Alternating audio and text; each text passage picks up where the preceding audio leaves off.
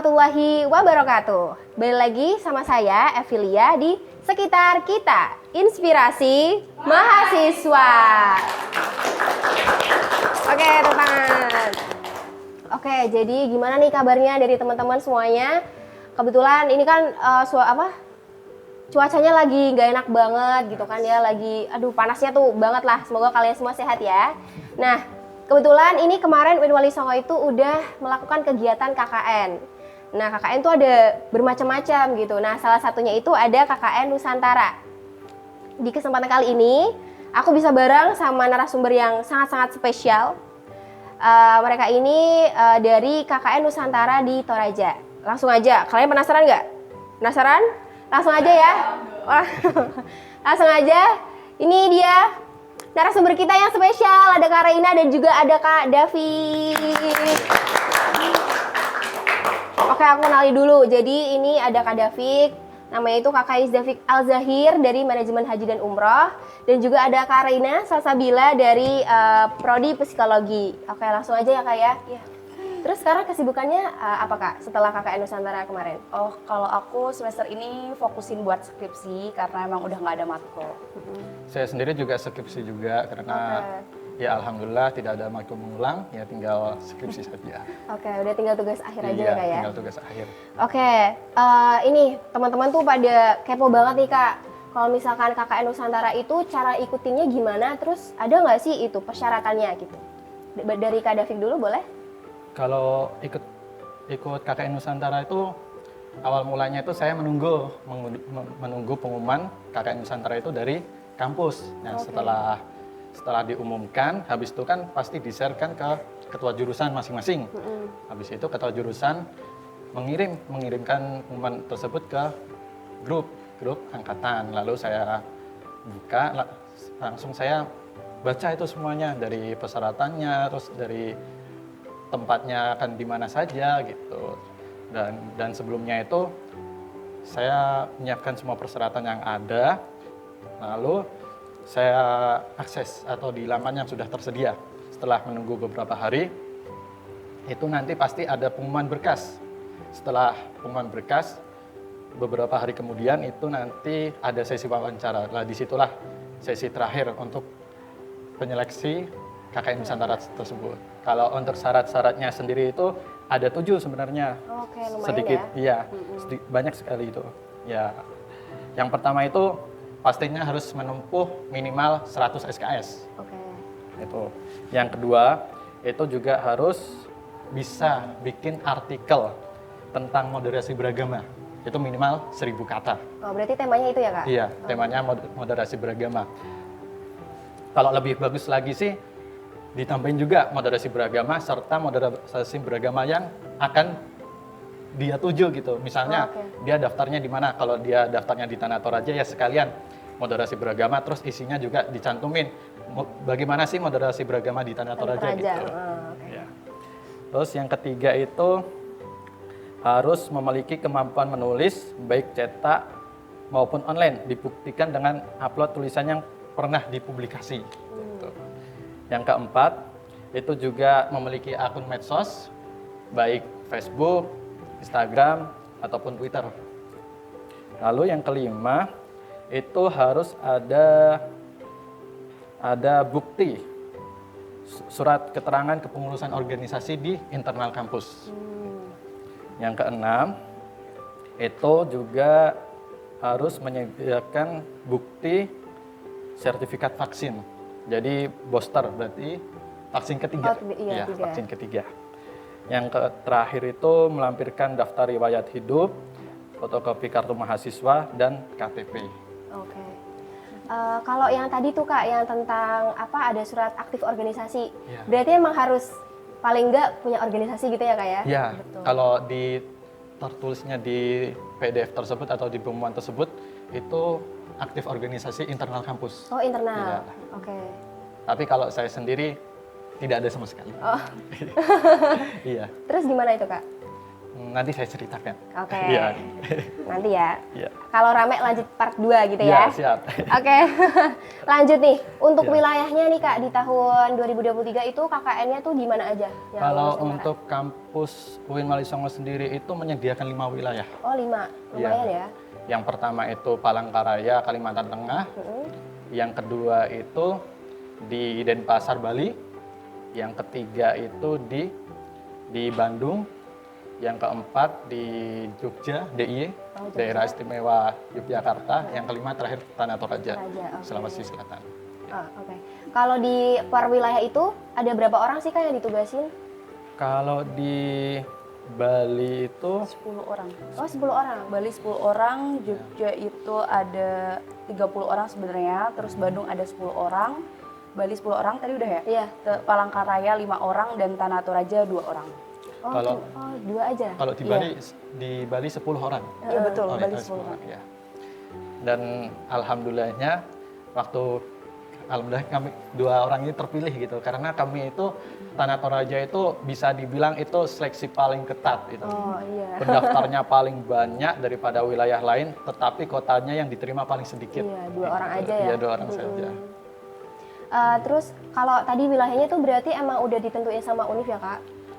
Wilayah KKN Nusantaranya gitu? Atau kita boleh nih milih, misalkan mau pengen di sini, di situ gitu? Kita bisa milih.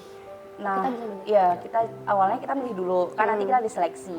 Nah, untuk seleksi itu kan nanti kita ibaratnya ada perankingan gitu lah. Iya, Nah, nanti kamu betul. ditanya gitu, kalau misal kamu nggak keterima di sini, kamu akan memilih di tempat mana lagi gitu.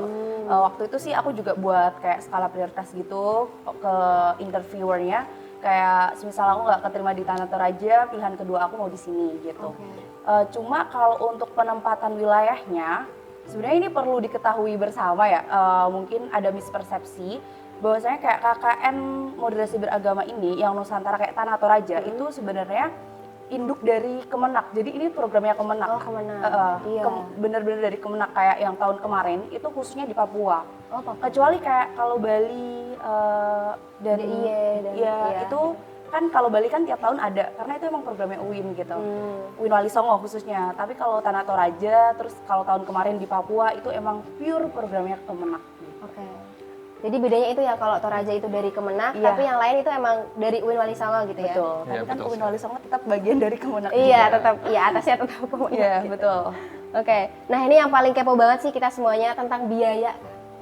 Nah tentang biaya itu kita ngeluarin uang sendiri gitu ya, atau dari kampus ada nih subsidi berapa gitu? Ada bantuan dana dari kampus itu berupa dana transportasi karena kan buat pesawatnya itu sangat mahal ya. Oh iya. Jadi bahkan pesawat dari Semarang ke Makassar sama Semarang ke Singapura or Malaysia itu lebih mahal ke Makassar. Oh iya. Ya, Wah.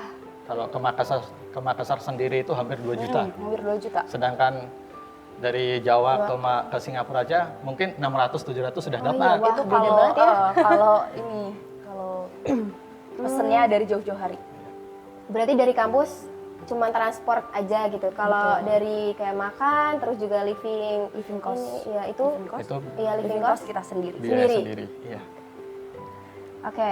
Nah, ini kemudian untuk awal adaptasi nih Kak sama teman-teman di sana. Pasti kan kayak banyak banget kan bukan dari UIN Wali Songo aja gitu. Nah, itu Betul. dari Kak Raina gimana awalnya? Oke, kalau tadi kan udah aku bilang ya kalau program ini dari Kemenak Kemenak, kan iya. yang ada. Nah, itu tuh Kemenak mengutus PTKN Perguruan Tinggi Keagamaan di seluruh Indonesia untuk dijadiin satu di situ. Dan waktu itu satu poskoku tuh aku prolog dulu ya ini. Iya, nggak apa-apa. Satu poskoku tuh ada 10 orang dan 10 orang ini semuanya dari beda kampus. Cara aku untuk adaptasi pertama-tama itu aku nggak terlalu banyak ngomong di situ karena aku pengen kenalin sifat teman-teman aku terlebih dahulu. Karena di saat kita mengenali sifat orang, di situ kita bisa tahu gimana caranya kita masuk ke dunia mereka juga. Iya, Nah gitu sih aku terus kayak karena banyak hal-hal yang mungkin kok mereka gini yang aku nggak temuin di Jawa itu ya aku menerima itu aja. Aku menghargai mereka dan mereka menghargai aku. Itu adalah tips adaptasi yang selama ini aku terapkan sih. Jadi selama ini kayak cuma diem dulu aja ngelihat nih gimana orang-orangnya. Iya, Habis itu tapi ya nggak diem sampai akhir ya. Iya. Kalau udah mulai kayaknya aku klop nih, terus baru Iya. bisa beradaptasi gitu ya kayak. Iya betul. Kalau ini ada nggak sih culture shocknya gitu? Kan dari Jawa nih ke Iya. Tanah Toraja kan pasti ada yang beda-beda gitu kan ya Betul. Kak. Nah itu dari Kak Raina ada nggak sih? Kalau culture shock yang bener-bener buat aku kayak amazed sampai aku shock banget itu nggak ada. Cuma ada beberapa yang kayak habitnya mereka itu beda kayak aku. Kalau di Jawa itu kan kita duduk itu nggak boleh kayak gini ya. Kalau di tempat aku ya khususnya kayak gini tuh udah kayak nggak sopan gitu. Oh, Kalau mereka tuh duduk kayak gitu di depan orang tua, di hadapannya orang tua kayak gitu. Terus kalau makan bunyi, Oh, kan kalau iya. kita di Jawa bener-bener gak bisa Iya, kan bener, makan nggak boleh bunyi. sih, iya. Itu bener-bener aku pertama denger tuh kok, bener-bener semuanya kan aku tuh dari 10 orang itu, setengahnya itu mereka dari Sulawesi. Terus di sana kan rumahnya rumah panggung ya. Itu mereka tuh kalau jalan kayak bunyi gitu, kayak deg deg deg deg deg gitu. Iya, iya. Bener-bener apa bunyi dan itu buat aku shock sih. Bener-bener enggak yang shock terkait culture yang wah banget ini apa nih gitu enggak. Cuma ada juga kebudayaan-kebudayaan di sana yang sebelumnya kan aku udah riset, jadi pas udah sampai sana ya aku nggak shock banget kayak mak nenek itu yang mayat diawetin. Iya. Itu kebetulan kemarin aku sempet datang ke situ dan ngelihat secara langsung juga. Terus ada yang apa ini namanya kayak tengkorak-tengkorak gitu ditaruh di gua, itu aku juga sempet. Tapi itu enggak ngebuat aku shock sih, aku lebih shock dengan habit teman-teman aku. Oke, yang beda ini tadi ya kayak. Iya, Kalau di betul. sana mungkin kayak ya ini emang budayanya baru gitu kan. Nah kalau kayak dari Kak Davik ada juga nggak sih culture shock? Kalau pertama culture shocknya itu karena tidak tahu kenapa. Ini kan di Toraja kan ya. Iya. Kalau di Toraja itu di sana itu satu rumah itu bisa lebih dari 2 agama. Oh, Jadi satu rumah itu, misalnya saya Islam nih, saya mempunyai kakak itu Kristen, Protestan, dan adiknya saya itu Hindu. Nah dari bisa ya? iya, bisa di sana. Di sana bisa. Nah, dan satu keluarga itu bahkan banyak sekali agama yang berbeda-beda. Bahkan ada juga yang masih menganut agama Toraja terdahulu, namanya Alokta itu. Yang artinya Alo itu agama, yang Tanya itu dahulu gitu. Terus di sana itu, kalau di saya kan ditempatkan di posko yang di gunung-gunung itu. Dan setiap rumah itu mau itu Islam maupun non-Islam itu pasti ada anjingnya. Pasti itu. Dan di rumahnya sana itu masih rata-rata ya, masih pakai rumah panggung gitu. Rumah-rumah yang dari beton atau dari batu bata itu masih Jarang sangat jarang sekali. Dan kultur shocknya lagi, tidak tahu kenapa orang-orang Sulawesi itu kalau makan pasti ada jeruk nipisnya. Itu pasti itu. Ada jeruk nipisnya. Terus juga yang bikin aku agak kultur shocknya lagi itu, dia itu kalau makan, kalau apalagi di kursi itu ya mungkin bisa dibilang kalau di Jawa kan ya sopan. Nah, kalau di sana sudah terbiasa makan kakinya dinaikin di kursi sambil sambil makan gini gitu. Iya, Nah itu. Terus di sana tuh juga yang sulit itu bahasanya. Walaupun orang Sulawesi sudah pakai bahasa Indonesia, itu pun masih tetap sulit dipahami. Masih ada ke bawah lah ya ini. Iya, mereka cepet banget soalnya. Cepet. Terus apa ya? Actionnya mereka ya. Actionnya, Apa, iya. logatnya mereka. Logatnya. Nah, itu juga. Iya. Udah cepat. Habis itu kalau berbicara itu lembut kali, bukan lembut ya, pelan sekali pelan. gitu. Mendayu Iya. juga kadang. Jadi kadang saya bertanya lagi, mohon maaf Pak, tadi gimana? Pokoknya sering begitu. Terus juga di sana tuh juga jalannya sih, yang memang jalan aksesnya itu di mana-mana tuh masih banyak yang jelek gitu. Jadi kadang kalau di Maps itu bisa dilihat 30 menit. Tapi sebenarnya kalau kita tempuh pakai motor atau truk itu bisa sampai 2 jam gitu. Karena emang di sana jalannya sangat jelek di sana. Oke. Iya, terus ada lagi kalau kita kan pesta itu pesta pernikahan, Iya, pesta ulang tahun. Mereka nggak cuma itu, kematian pun dipestain. Oh iya. Iya. Oh, Ya kan? Iya. Jadi kalau ada orang meninggal tuh ya dipestain.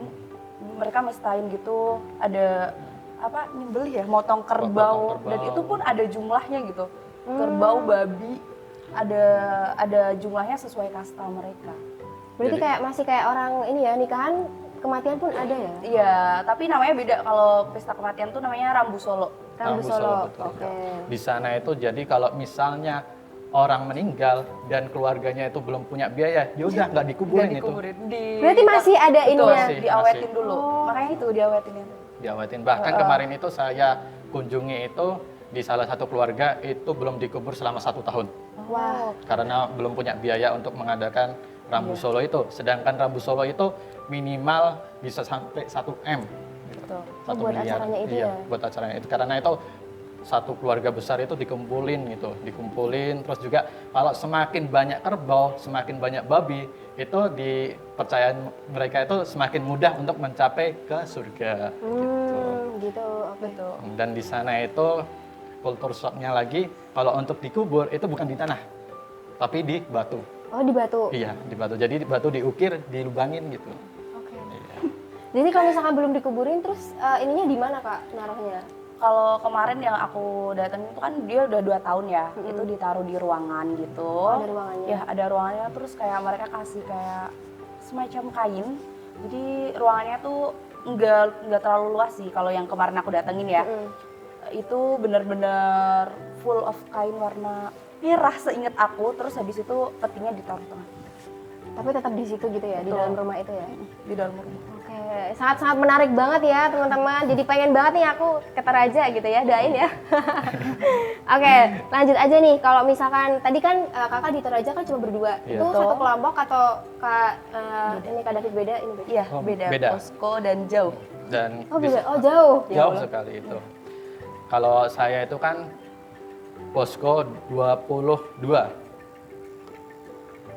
Kalau Kak Rena ini posko 28. Jadi di sana itu kemarin itu yang ikut KKN Nusantara itu PTKN se-Indonesia. Yang mengikuti itu ada 324 peserta dari 52 universitas. Wah banyak banget ya Allah. Dan dari 324 itu dibagi menjadi 30 posko. Dan itu disebar rata. Jadi satu posko itu tidak ada sama sekali yang sama universitasnya. Oh beda-beda berarti ya? Ya beda semua. Gimana nih Kak David sama ini Kak sama Kak Reina buat komunikasiin kan jauh-jauh nih poskonya gitu. Ada nggak sih? Ya Update-update by gitu. WhatsApp aja. Via WhatsApp. Udah Ya. WhatsApp. Kalau ada urgensi dari LP2M atau nanya-nanya, nah kita komunikasinya lewat WhatsApp. Tapi saya juga pernah ke poskonya Kak Rena karena kepala desanya saya itu pernah jadi santri di pondoknya. Iya, di pondok bapak posko saya, paham nggak? Jadi di bapak posko saya itu, kan kita tinggal di rumah tuh. Di tiap kita punya tinggal di rumah, ini namanya posko ya, posko Iya. KKN. Nah, biasanya ini rumahnya ini yang kita tinggalin itu masih ada orangnya atau rumah kosong. Kebetulan yang aku tinggalin ini ada orangnya. Nah, beliau ini pemilik pondok pesantren. Nah, iya. punya santri kan, santri yang ini kepala desanya. Oh Saya- gitu, David, jadi gitu. bisa main ya. Iya, tapi Apal- walaupun jauh. apalagi sering mainnya itu ke pondoknya yang ini Iya, ini bapak yang poskonya bapak posko. itu ketika ada kebakaran. Oh ada kebakaran. Ada kebakaran asrama putra Asrama. di depan posko Kupas, dan itu kayak kebakarannya kayak bener-bener yang kebakaran gede banget gitu loh, kayak bener-bener habis satu asrama. Wah, aduh sangat-sangat ini ya. Terus ini nggak Kak, apa menghambat nggak sih Kak kalau misalkan ada kejadian yang nggak terduga gitu untuk program Ya, kerjanya Kak? menghambat. Sebenarnya nggak menghambat, kayak bapak poskonya bilang kayak jangan program kerja dulu ya atau gimana. Cuma kan karena kita ada program kerja juga di pondok pesantren ya, karena kita batch-nya Islam. Terus juga kita agak-agak enak kalau nggak ke bantuin di sana, karena kalau di sana itu bener-bener ini bukan culture shock, tapi ini bener-bener suatu pelajaran buat aku. Kalau di sana itu bener-bener ngehargain tamu itu segitunya. Kamu kayak misalnya kamu tamuku, kamu main ke rumahku, itu berarti aku harus ngasih makan kamu.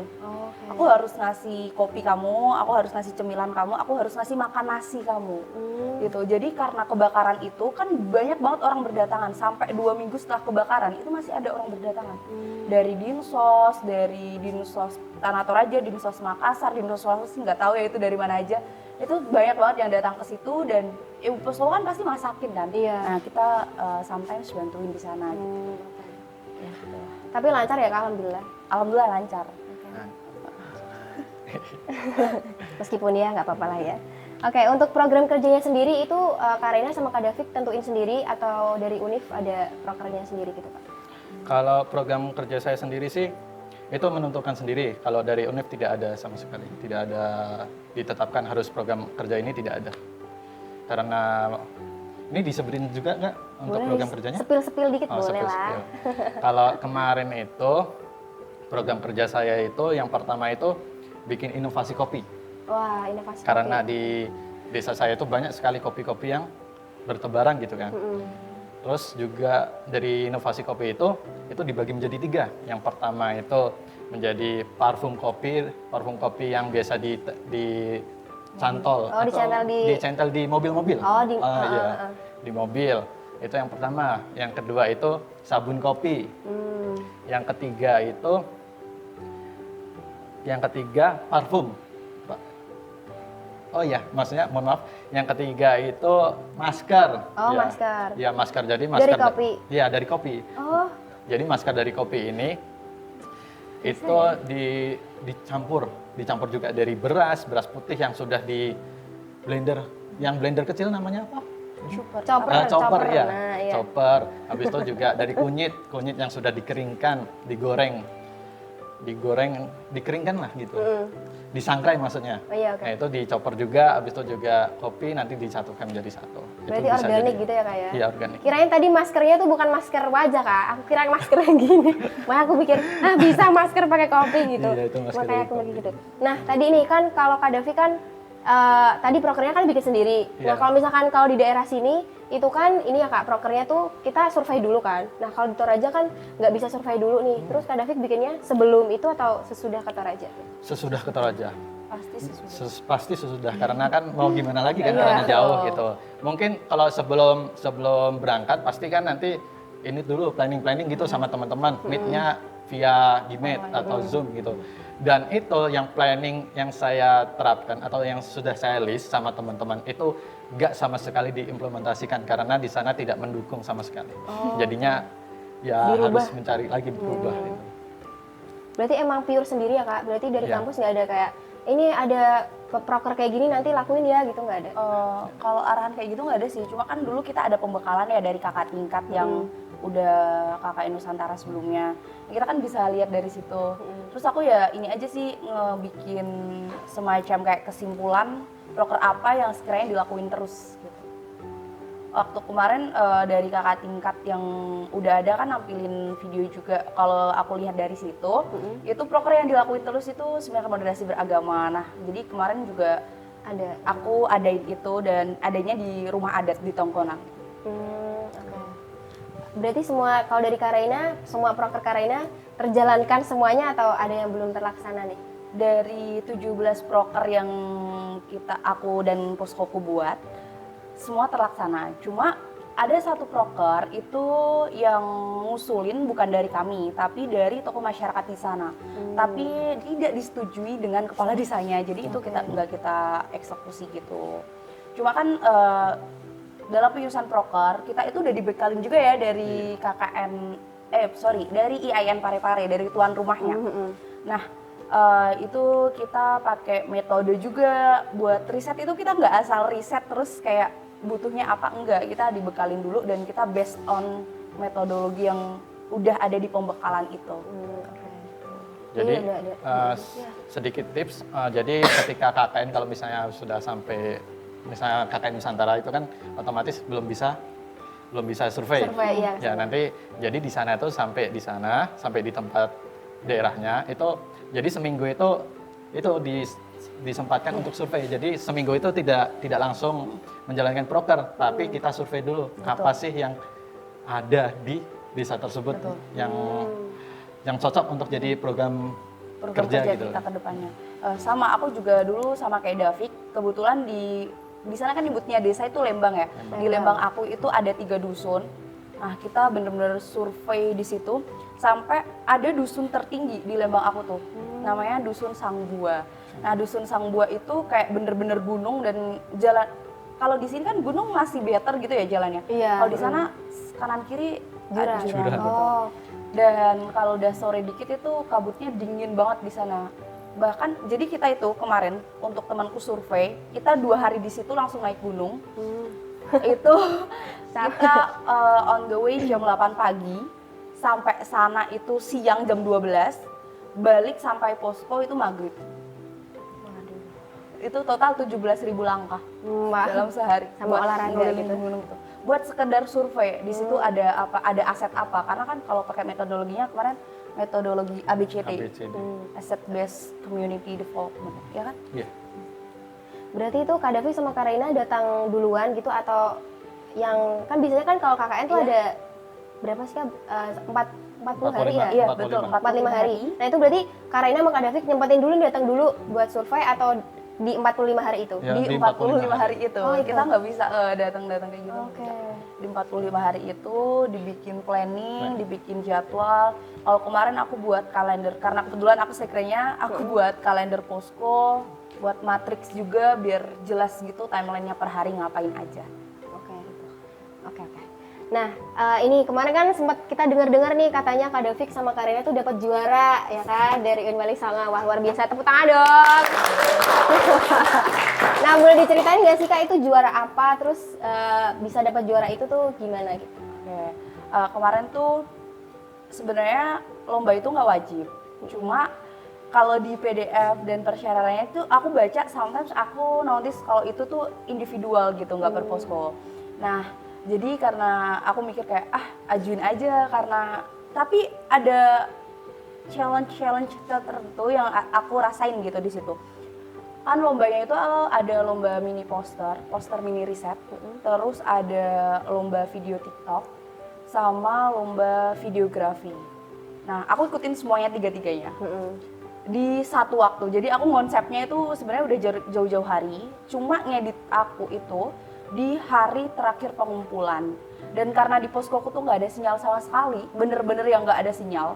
Di posko tuh aku bener-bener ngerasain kayak tempatku sama tempatmu ini udah beda. Kayak di tempatmu WhatsApp ngirim, di tempatku ngejam gitu. Itu aku bener-bener ngerasain di tempat KKN-ku.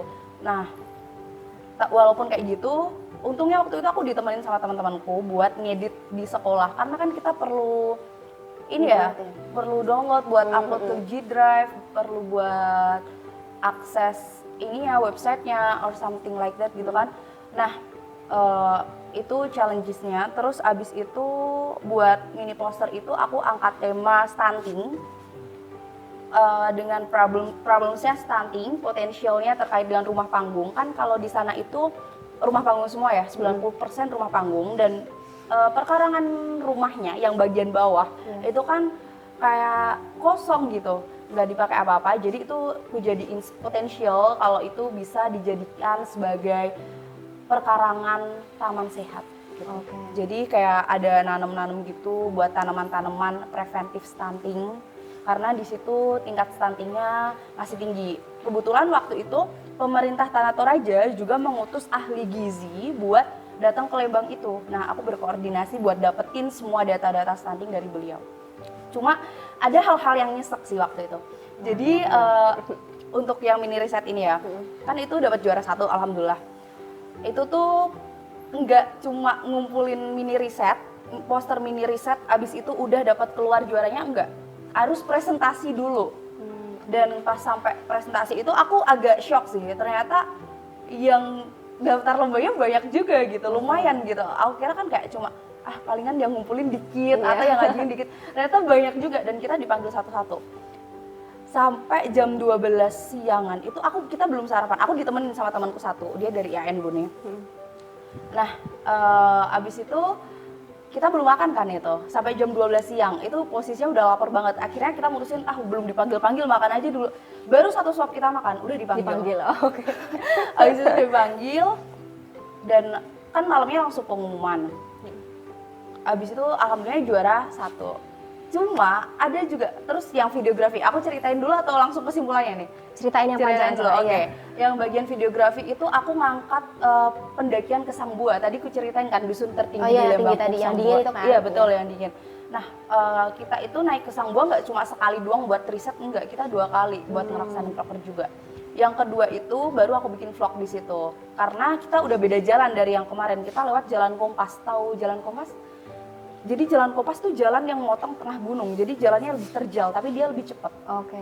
Gitu. Nah, aku bikin vlog di situ. Nah, itu yang alhamdulillah juara 3. Kan semuanya bener-bener aku yang ngerjain ya. Cuma ternyata pas pengumuman, Aduh nyesek pas nih. pengumuman itu dompet aku hilang. Aduh, terus? Dompet aku hilang, terus aku balik lagi ke asrama karena kan besoknya kita udah ini ya beberes dan pulang ke Makassar gitu ke bandara. Dan diwakilin sama temen aku. Tidak hanya sampai situ aja. Ternyata Aduh. plakatnya itu didapetin bukan buat khusus aku dan sertifikatnya tuh bukan khusus buat aku, tapi satu posko dapat. Oke, ya Allah. Padahal awalnya tuh tulisannya pribadi gitu ya kak? Bisa individu kan? Iya, individual tapi ternyata ada tulisan juga di bawahnya kayak bisa per posko. Oke. Aduh, nggak apa lah ya. Gak apa-apa, ya nggak apa-apa. Ya nggak apa-apa tapi. Buat kenang-kenangan teman-teman gitu. Oke. Berarti itu tadi ada sukanya, ada dukanya, ada Betul, kalau dari betul, Karaina. betul. Kalau dari Kak Davik ada nggak? suka Kalau dukanya? aku sendiri sih kemarin yang penghargaannya itu, alhamdulillah kemarin saya dan teman-teman posko saya itu mendapat pengabdian terbaik KKN Nusantara 2023. Wih. Terbaik. Itu karena prokernya kan banyak sekali. Kan kalau saya lihat teman-teman saya itu cuman kok satu, yang posko lain waktu di expo-nya itu kok satu, kok dua, kok sedikit sekali. Kami itu ada 5 itu. Yang tadi itu kan inovasi kopi ada 3. Habis itu yang satunya lagi itu kita membuat cincau dari Oh, daun cincau. kelor. Mohon maaf, dari daun kaseong. Kak Seong. Iya, karena di sana tuh banyak sekali daun kaseong tuh bertebaran, tetapi masyarakat belum paham. Belum dimanfaatin Belum, gitu ya kak? iya, belum paham dan tidak bisa memanfaatkan dengan sebaik mungkin. Maka dari itu, dari posko kami itu, bagaimana caranya daun kaseong ini bisa bermanfaat. Nah, oleh karena itu langsung dibuat menjadi cincau. Nah, terus habis itu juga yang bikin tambahan nilainya itu kami bikin sejarah, buku sejarah. Buku sejarah yang itunya itu nanti bukunya itu dimasukkan di ISBN. Oh ISBN? Iya, ISBN. heeh. Lalu juga yang bikin tambahan nilainya lagi itu kami mengadakan seminar moderasi beragama serta mengadakan pelatihan jenazah bagi orang-orang muslim se-Kecamatan Makali Selatan. Karena di Kecamatan Makali Selatan itu sebenarnya besar kali, luas kali, tetapi orang muslimnya sangat sedikit. Karena di sana itu mayoritas Kristen semua, Kristen Protestan itu. Nah itu yang alhamdulillahnya nggak tahu kenapa kami mendapatkan pengabdian terbaik itu. Iya, keren banget. Nggak ada dukanya kak? Untuk dukanya sih Soalnya ini kok. Soalnya ya alhamdulillah posko saya sih kalau untuk kekeluargaan alhamdulillah iya. bagus banget dan tidak ada satu sama sekali yang cekcok gitulah atau konflik. Cuman kalau dukanya itu waktu 2 minggu pertama semuanya pada sakit itu. Waduh. Karena saya kan mendapatkan Hah? Homesick gitu bukan? Iya. Bukan. Oh, bukan. Karena emang di sana tuh hawanya dingin sekali. Oke. Iya, dingin sekali, bahkan panasnya itu dari bisa dibilang cuma 4 jam doang, dari jam 10 pagi sampai jam 12 siang. Jadi hanya 4 jam saja. Beda banget sama di sini Iya, ya? beda sekali. Di sana emang dingin sekali. Dinginnya itu kayak, tapi kalau siangnya itu kayak ada dingin-dingin panas gitu. Dan itu kalau panasnya itu bikin kulit menghitam. Oh, Iya, betul. langsung apa namanya? Pecah-pecah Iya, juga pecah. di bibir, di kulit. Dulu aku pernah pas dulu juga pecah-pecah. Ya kalau malam itu, kalau di tempat aku sendiri kan juga dingin kan, itu sampai 9 derajat. sampai 9 derajat? Iya, Wah, dingin sekali. iya dingin banget ya berarti. Tuh.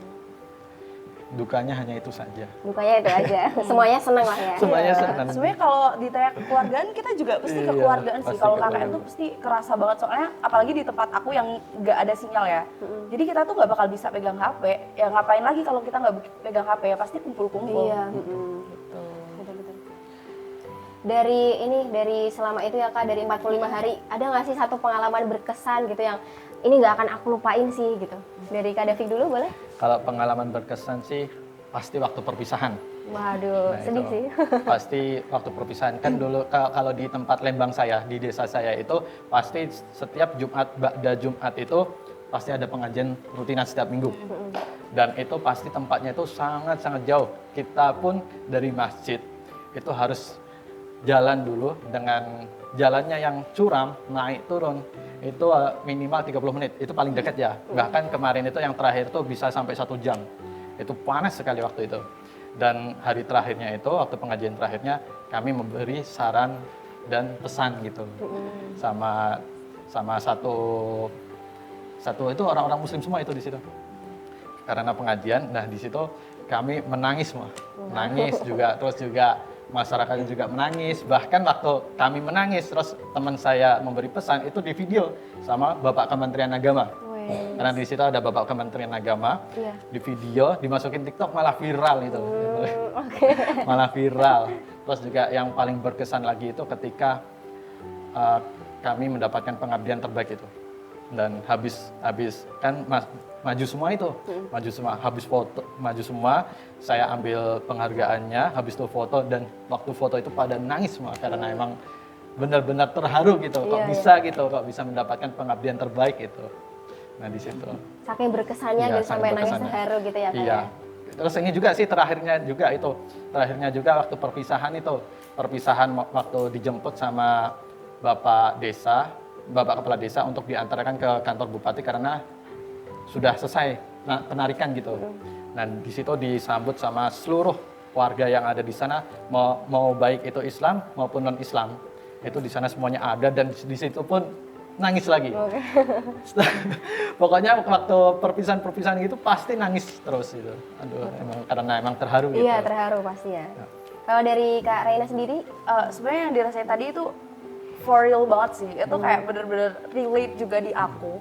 Karena pas perpisahan itu kayak emang semua nangis.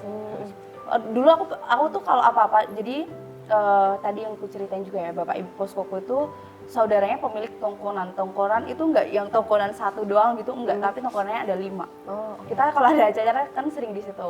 Bahkan perpisahan pun juga di situ. Dan itu kayak ya bener kata David, semuanya nangis, kayak warganya juga, ininya juga. Dan itu bener-bener aku rasain sih. Kebetulan kalau ditanya pengalaman yang paling berkesan dan nggak aku lupain, semua nggak akan aku lupain. Karena semua yang aku rasain di situ bener-bener aku rasain pertama kali. Kayak makan makanannya atau sekedar bangun rumah. Aku kan sering ya ikut bangun rumah, ikut apa yang namanya berkebun. Ikut berkebun di sana itu, mereka nggak cuma perorangan yang punya kebun aja. Jadi mereka bergilir gitu. Sekarang kebun siapa nih? Mereka 30 orang satu dusun, itu turun semua ke kebun gitu. Kayak namanya di sana Pabalian, gotong royong. Terus kayak bikin rumah juga, kan rumahnya rumah panggung, itu diangkat loh. Oh diangkat rumahnya? Iya betul, bener-bener diangkat kayak. Dan aku juga ngerasain gitu kayak ngelihatnya kayak wah gitu. Banyak banget sih bener-bener hal-hal yang berkesan itu kayak selain perpisahan ya emang.